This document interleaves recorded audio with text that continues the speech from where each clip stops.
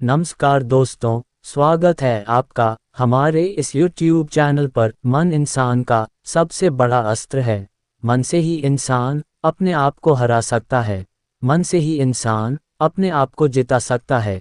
कहते हैं कि दुनिया में मन सबसे ज़्यादा शक्तिशाली चीज़ होती है। अगर किसी चीज़ को तुम पूरे मन से चाहो तो तुम उसे हासिल कर सकते हो। यह मैं नहीं कहता, ये सभी महापुरुषों का कहना है।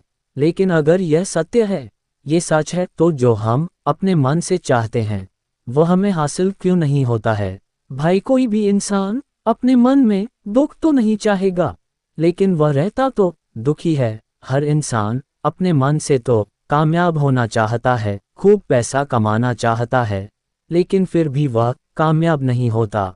भला ऐसा दुनिया में कौन इंसान होगा जो अपने मन में ये चाहेगा कि मैं नाकामयाब रहूं या मैं पैसा ना कमाऊं? इसमें दो चीज़ें निकल के सामने आती हैं। या तो वह महापुरुष गलत थे जिन्होंने यह बात बोली कि मन से चाही हुई चीज़ हासिल हो जाती है, या फिर हम गलत हैं। आज की कहानी जो मैं आपको सुनाने वाला हूँ, उसमें आपको एक ऐसा मंत्र मिलेगा। उसे समझने के बाद आपको एक ऐसा मंत्र पता चलेगा जिससे आप ये समझ पाएंगे कि अपने मन से कोई भी चीज़ कैसे करवाई जाती है, मन में किसी भी बात का बीज कैसे बोया जाता है। यह इस कहानी से आपको अच्छी तरह से समझ में आ जाएगा, और इससे आप ये भी समझ पाएंगे कि आकर्षण का नियम, लॉ ऑफ अट्रैक्शन, कैसे काम करता है। कहानी छोटी सी है लेकिन बहुत ही गहरी है। इससे पहले कि आप इस कहानी में खो जाएं, इस चैनल पीसफुल बुद्धा को सब्सक्राइब जरूर कर लें। तो चलिए कहानी शुरू करते हैं। एक बार की बात है, एक आदमी के जीवन में सिर्फ दुख ही दुख थे। वह जो भी काम करता, उस बेचारे का वह काम पूरा ही नहीं होता। घर में आता तो घर में क्लेश बना रहता, किसी से कोई मदद मांगता तो कोई उसकी मदद नहीं करता। ऐसा लगता था कि चारों ओर से दुखों का पहाड़ उसी पर टूट पड़ा है। उसे समझ नहीं आ रहा था कि मैं इन दुखों से बाहर कैसे निकल पाऊं। वह दिन रात यही सोचता रहता कि अपने दुखों से छुटकारा कैसे पाना है। इसी कारण से वह रात में सो भी नहीं पाता था। उसकी आंखों के नीचे बड़े बड़े काले घेरे बन गए थे, जो इस बात का प्रतीक थे कि वह आदमी कितना दुखी है और कितना चिंतित है। कभी कभी तो उसके मन में आत्महत्या करने के भी ख्याल आते थे, लेकिन अपने परिवार की चिंता करके वह ये कदम नहीं उठा पाता था। वह इतना दुखी हो गया कि उसने निर्णय किया कि वह इन दुखों से छुटकारा पाकर रहेगा। इसके लिए चाहे उसे कितनी भी मेहनत करनी पड़े, कुछ भी करना पड़े, चाहे अंगारों पर चलना पड़े, लेकिन इन दुखों से छुटकारा हासिल करके रहेगा। ऐसे ही एक दिन उसने अपने मित्र से पूछा कि मैं अपने जीवन को कैसे सुधारूं। उसके मित्र ने उसे बताया कि तुम किसी बाबा के पास जाओ। बाबाओं के पास ऐसा मंत्र होता है जिससे सारे दुख मिट जाते हैं, जीवन खुशियों से भर जाता है और धन संपदा भी हासिल हो जाती है। तुम किसी ऐसे बाबा को ढूंढ लो, बस तुम्हारा काम बन जाएगा। उस आदमी के मन में ये बात पूरी तरह से पक्की बैठ गई कि कोई बाबा ही मेरा दुख दूर कर सकता है, और इसीलिए उसे किसी भी बाबा के बारे में पता चलता तो वह उस बाबा के पास पहुंच जाता, उस बाबा को अपनी समस्या बताता और उससे उसका समाधान पूछता और कहता कि बाबा, मैं कुछ भी करने के लिए तैयार हूँ, लेकिन मेरी इन समस्याओं से मुझे छुटकारा दिला दीजिए। आप जो कहेंगे मैं वह करूँगा, लेकिन मेरे जीवन को सुधार दीजिए। बाबा उसे कुछ टोने टोटके बता देते थे। टोने टोटके करने के बदले में दान दक्षिणा ले लेते थे कि यह कहते टोने टोटका करने के बाद तुम्हारे घर में सुख शांति बनी रहेगी, बस इस टोटके को पूरी विधि के साथ करना। वह आदमी घर लौटकर पूरी विधि के साथ टोने टोटके करने लगा था, लेकिन बहुत टोने टोटके करने के बाद भी उसके जीवन में कुछ बदलाव नहीं आया। इसके विपरीत उसका जीवन और ज़्यादा दुखी हो गया। जो भी बाबा उसे टोना टोटका देता था, वह बदले में उससे दान दक्षिणा लेता था, जिससे उसका धन भी धीरे धीरे खत्म हो रहा था। इससे उसके जीवन में दुख और ज़्यादा बढ़ गए। तब उसे लगा कि बाबाओं के पास जाने से तो मेरे जीवन में दुख कम होने की बजाय बढ़ते ही जा रहे हैं, तो मुझे क्या करना चाहिए? बाबाओं के पास जाऊं या ना जाऊं? फिर एक दिन एक आदमी ने उसे बताया कि तुम अपने घर में किसी पंडित को बुलाकर हवन करवा लो, हवन होगा, घर शुद्ध हो जाएगा, कोई भी बुरी ऊर्जा होगी घर में तो वह घर से बाहर चली जाएगी। किसी पंडित को बुलाकर पूरे विधि विधान से मंत्र उच्चारण कराओ और हवन कराओ, जिससे घर में सुख शांति आए। उस आदमी के मन में ये बात बैठ गई और उसने एक पंडित को अपने घर पर बुलाकर हवन करवा दिया। हवन अच्छी तरह से संपन्न हुआ। बदले में पंडित ने भी अच्छी दान दक्षिणा ली और उसके बाद वह वहां से विदा हो गया। लेकिन कुछ दिनों के बाद उस आदमी को महसूस हुआ कि उसके जीवन में अब भी कोई बदलाव नहीं आया है। अब वह आदमी पूरी तरह से दुखी हो गया और ज़्यादा परेशान हो गया। अब तो उसे लगने लगा था कि मेरे जीवन में से दुख कभी खत्म ही नहीं होंगे, और यही सोच सोचकर उस आदमी का बुरा हाल हो गया था। फिर एक दिन उसे उसके किसी मित्र ने कहा कि उसे एक ऐसे बाबा के बारे में पता चला जो समाधान बताने के लिए कोई दान दक्षिणा नहीं लेता था। उस आदमी को लगा कि यह बाबा दूसरे बाबाओं की तरह नहीं हो सकता, क्योंकि ये दान दक्षिणा तो लेता ही नहीं, और अगर दान दक्षिणा नहीं लेता तो ये सच में कोई सीधा बाबा होगा। और यही सोचकर वह उस बाबा के पास पहुंच जाता है। जब वह आदमी वहां पर पहुंचता है तो वह बाबा ध्यान में बैठे हुए थे। ये देखकर वह आदमी वहीं पर चुपचाप बैठकर ध्यान से बाहर आने का उनका इंतजार करने लगा। थोड़ी देर बाद बाबा ने आंखें खोली तो सामने एक दुखी और परेशान युवक को बैठे देखा। वो उसकी आंखों के नीचे काले घेरे देखते ही समझ गया कि यह आदमी अपने जीवन से कितना परेशान है।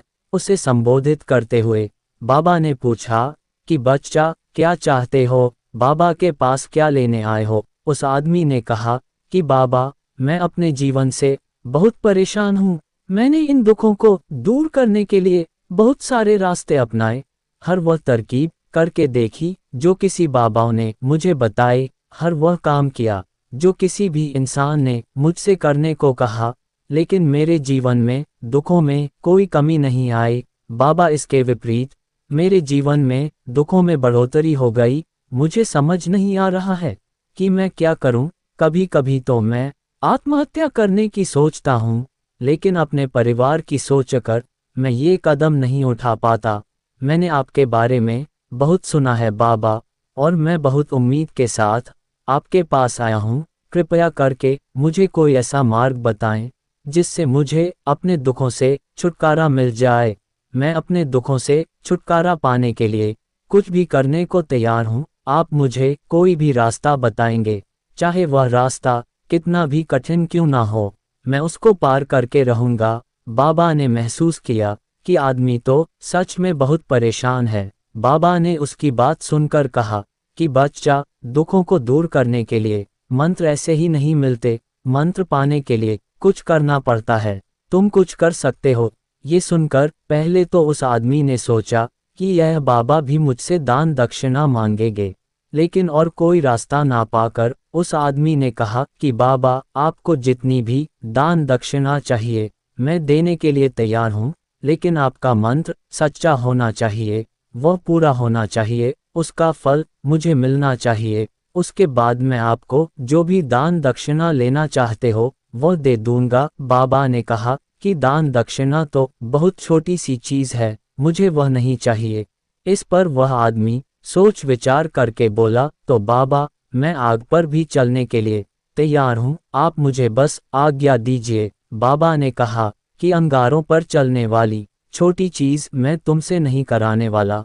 मैं जो तुमसे कराने वाला हूँ वह बहुत कठिन मंत्र है, उसे पूरा कर पाओगे? बाबा ने कहा, बाबा आप मुझे बताइए तो सही, मुझे करना क्या होगा? मैं कुछ भी करने को तैयार हूँ। इस पर बाबा ने उसे कहा कि यहाँ से जब तुम अपने घर जाओ तो रास्ते में अपने मन में ये दोहराते जाना कि मैं सुखी हूँ, मैं सुखी हूँ, मैं सुखी हूँ। बार बार अपने मन में यही दोहराना, और याद रहे मन में बंदर का ख्याल नहीं आना चाहिए।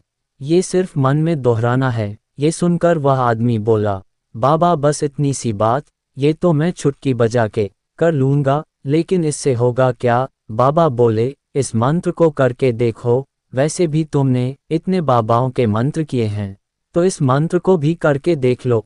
उस आदमी ने सोचा कि बाबा कुछ दान दक्षिणा तो ले नहीं रहे, और छोटा सा मंत्र है, इसे तो मैं कर ही लूँगा। वो बोला, ठीक है बाबा, मैं यह मंत्र जरूर करूँगा। वह आदमी यह कहकर वहाँ से उठकर चलने लगा, लेकिन जैसे ही वह चलने लगा, पीछे से बाबा ने बोला कि बच्चा, एक बात याद रखना, जब तुम यह मंत्र अपने मन में दोहरो तो तुम्हारे मन में बंदर के विचार नहीं आने चाहिए, बंदर का ख्याल भी नहीं आना चाहिए, तभी यह मंत्र सिद्ध होगा।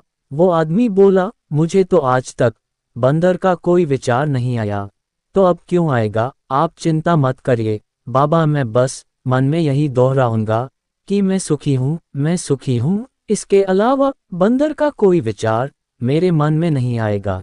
ये कहकर वह आदमी वहां से चल दिया। वह अपने मन में मैं सुखी हूँ, मैं सुखी हूँ, ये दोहराता हुआ थोड़ी दूर ही चला था कि उसके मन में अचानक बंदर का ख्याल आ गया। बंदर का ख्याल एक बार आया और चला भी गया, लेकिन उस आदमी ने सोचा, आज तक तो मुझे बंदर का कोई विचार नहीं आया, यह आज बंदर का विचार क्यों आ गया? और ऐसे करके उसने उस बंदर के विचार को पकड़ लिया। वह ये भूल गया कि मुझे क्या मंत्र दोहराना है, और वह बंदर के बारे में सोचने लगा। जब थोड़ी देर बाद उसे फिर से होश आया, तो वह फिर से अपना वही मंत्र दोहराने लगा जो बाबा ने उसे बताया था, मैं सुखी हूँ, मैं सुखी हूँ। लेकिन अचानक से उसे सामने एक बंदर दिखाई दिया, और ये देखकर उसके मन में फिर से बंदर का विचार उठ गया, और वह अपने अंदर से विचार को बाहर फेंकना चाहता था। वह चाहता था कि मेरे अंदर किसी भी तरह बंदर का विचार ना आए, लेकिन उसे तो सामने बंदर ही दिखाई दे गया। ऐसे ही करते करते वह घर पर पहुंचा, और घर पर पहुंचने के बाद अपनी पत्नी को कहा कि है बंदरिया, मुझे खाने में बंदर पर दो। और जब उसे एहसास हुआ कि उसने क्या बोल दिया, तो वह अपने बाल नोचने लगा। वह दीवारों में सर मारने लगा कि आज तक मुझे बंदर का कोई विचार नहीं आया, और आज मुझे यह क्या हो गया है कि मुझे हर जगह बंदर ही बंदर नजर आ रहे हैं, ये कैसी माया है? यही सोच सोचकर वह आदमी रात भर सो नहीं पाया। रात भर करवट बदलता रहा, और सुबह उठकर सीधे उसी बाबा के पास पहुंच गया, और उसके चरणों में गिरकर कहा कि बाबा, पता नहीं क्या चमत्कार हो रहा है, आज तक मुझे बंदर का कोई विचार नहीं आया, लेकिन कल से जब से आपने मुझसे कहा कि बंदर का विचार नहीं आना चाहिए, तब से मुझे हर जगह बंदर ही बंदर नजर आ रहे हैं। उस आदमी ने कहा कि बाबा, मुझे तो आपके पीछे पेड़ पर बैठा हुआ बंदर भी केले खाता हुआ दिखाई दे रहा है, यह क्या हो रहा है बाबा? ये सुनकर बाबा हंसने लगे। बच्चा, मन का जाल एक ऐसा जाल है जिसे समझ पाना इतना आसान नहीं है। बंदर तो तुम्हारे रास्ते में पहले भी आते थे। जब तुम मेरे पास आए थे तो इन्हीं पेड़ों पर ये बंदर घूम रहे थे, लेकिन तब तुम्हारे ध्यान में ये बंदर नहीं था, तब तुम्हारे ध्यान में सिर्फ अपने दुख थे। इसके बाद बाबा ने उसे बताया कि बच्चा, हम जिस चीज़ से भी दूर भागना चाहते हैं, वही चीज़ हमारे मन में बहुत गहरे में प्रविष्ट हो जाती है, वह हमारे आत्मन में समा जाती है। असल में हम जिस चीज़ से भी छुटकारा पाना चाहते हैं, उससे छुटकारा इसीलिए पाना चाहते हैं कि वह हमारे साथ बहुत गहरे से जुड़ाई हुई है, और हम जितना ही उससे छुटकारा पाना चाहते हैं, वह उतनी ही गहरी हमारे मन में बैठती चली जाती है, और आखिरकार वह हमारे अंतर मन में छा जाती है। ऊपर से तो हम चाहते हैं सुखी होना कि मैं सुखी हूँ, सुखी हूँ, हमारे होठ भी यही बोलते रहते हैं, लेकिन हमारे मन में दुख हर समय होते हैं। हमारे विचारों में, हमारे मन में हमें दुख ही दुख दिखाई देते हैं। इसीलिए अपनी जुबान से बार बार यह बोलने से कि मैं सुखी हूँ, मैं सुखी हूँ, हम सुखी नहीं होंगे जब तक यह मंत्र हमारे अंतर्मन में प्रविष्ट नहीं होगा। इस पर उस आदमी ने पूछा कि बाबा, लेकिन यह मंत्र हमारे अंतर में प्रविष्ट कैसे होगा? ये सुनकर बाबा ने कहा कि बच्चा, अपने दुखों से लड़ना बंद कर दो। जब तक तुम अपने दुखों को दूर करने के सोचते रहोगे, तब तक वह दुख तुमसे चिपके रहेंगे, तब तक वह दुख तुम्हारे अंतर्मन पर अपना राज जमाए बैठे रहेंगे। और जिस दिन तुम उन दुखों के बारे में सोचना ही छोड़ दोगे, उन दुखों से छुटकारा ही नहीं पाना चाहोगे, उसी दिन से तुम्हारी जिंदगी से दुख गायब हो जाएंगे। क्योंकि किसी भी चीज़ से छुटकारा पाने के लिए हमें उस चीज़ के बारे में सोचना पड़ता है, और हम जितना ही उस चीज़ के बारे में सोचते हैं, उतनी ही गहरी हमारे मन में प्रविष्ट होती चली जाती है। हम अधिकतर समय दुखों के बारे में ही सोचते हैं। हम यही सोचते हैं कि हमारे जीवन में दुख है और हमें इससे छुटकारा पाना है। इसी वजह से बार बार सोचने से वह दुख हमारे अंतर मन में प्रविष्ट हो जाते हैं और हमें एहसास भी नहीं होता। इसीलिए अगर तुम दुखों से छुटकारा पाना चाहते हो, तो दुखों से छुटकारा पाने के बारे में सोचना छोड़ दो, तुम्हें दुखों से छुटकारा मिल जाएगा। अक्सर आदमी धूम्रपान छोड़ना चाहता है, शराब छोड़ना चाहता है, सुबह अपने आप से ये वादा करता है कि मैं कोई भी गलत काम नहीं करूँगा, लेकिन शाम को जब लौटता है तो नशे में चूर होकर लौटता है। ऐसा क्यों होता है कि जो हम सोच रहे हैं वह पूरा कर ही नहीं पा रहे हैं?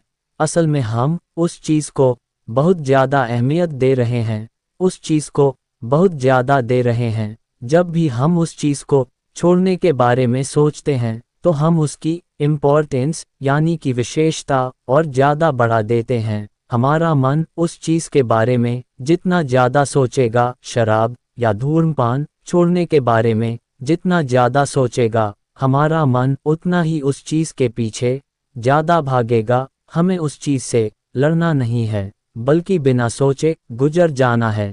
और अगर इस मंत्र को हम समझ लेते हैं, तो हम अपने जीवन में जो भी पाना चाहते हैं उसे अपने अंतर्मन में डाल सकते हैं। और एक बार वह लक्ष्य हमारे अंतर्मन में बैठ जाता है, तो फिर सफलता पाने में कोई समस्या नहीं आती, कोई दिक्कत नहीं आती। तो दोस्तों, कैसी लगी आपको ये कहानी? कमेंट सेक्शन में ज़रूर बताएं, और अच्छी लगी तो इस चैनल पीसफुल बुद्धा को सब्सक्राइब करना ना भूले। धन्यवाद।